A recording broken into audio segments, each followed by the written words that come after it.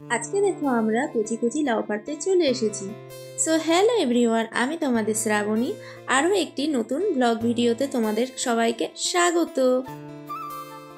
সত্যি বলতে আমি লাউগুলো নিতে যাইনি, আমি আসলে ভিডিও করার লোভে দৌড়ে ছাদে উঠে গেছিলাম। পাশের বাড়ির আর একজন মহিলা নিচ্ছিল, তো তার বাড়িতে চিংড়ি মাছ এনেছে। এবার চিংড়ি মাছ কি আর শুধু শুধু খাওয়া যায় লাউ না হলে? তো উনি লাউ নিতে চলে এসেছিল, কিন্তু ওনাদের বাড়ির গাছে আরও বড় বড় লাউ হয়েছিল, সকালবেলায় 3টে বিক্রি হয়ে গেছে। তো যেগুলো রয়েছে খুবই ছোট ছোট, সেগুলো রান্নার উপযুক্ত নয়। উনিও একগুঁয়ে, ছাড়ার পাত্রী নয়, লাউ নিয়েই বাড়ি যাবে। লাউ চিংড়ি আজকে উনি খেয়েই ছাড়বে।